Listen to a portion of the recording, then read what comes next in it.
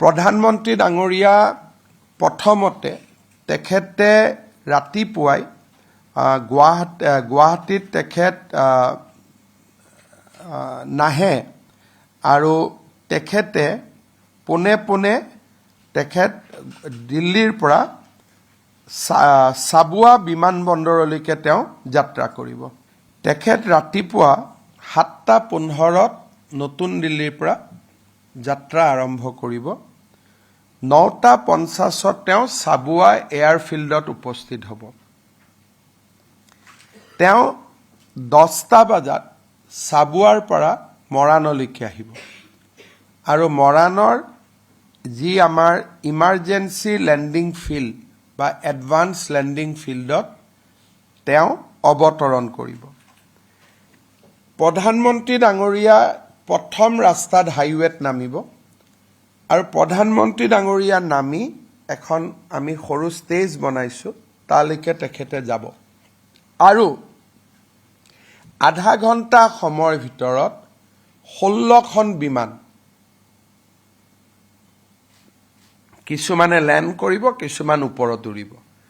Rafale, Sukhoi, এই গোটেই Indian এয়াৰফ'ৰ্চৰ যিমানখিনি বিমান আমি গুৱাহাটীত দেখিছিলোঁ, গুৱাহাটীৰ এয়াৰ শ্ব'ত, সেই গোটেইবিলাক বিমানে হয় আকাশৰ পৰা এটা এয়াৰ শ্ব' কৰিব আৰু তাৰ ভিতৰত কেইবাখনো ফাইটাৰ জেট ৰাস্তাত নামিব। এসময়ত আপোনালোকে জানে যে গুৱাহাটী ডিব্ৰুগড় ৰাস্তাত গাড়ী যাব নোৱাৰিছিল, গাঁত অমুক বহুত টিভিত নিউজ হৈছিলে। যোৱা 2টা বছৰ কিজানি টিভিত তাকে আমি দেখুৱাই আছিলোঁ, তিয়কৰ ৰাস্তা, অমুকৰ ৰাস্তা। ফাইনেলি সেই ৰাস্তাত এতিয়া যুদ্ধ জাহাজ নামিব। ইয়াৰ পিছত তেখেত 12:30 গুৱাহাটী এয়াৰপৰ্টলৈকে উভতি আহিব আৰু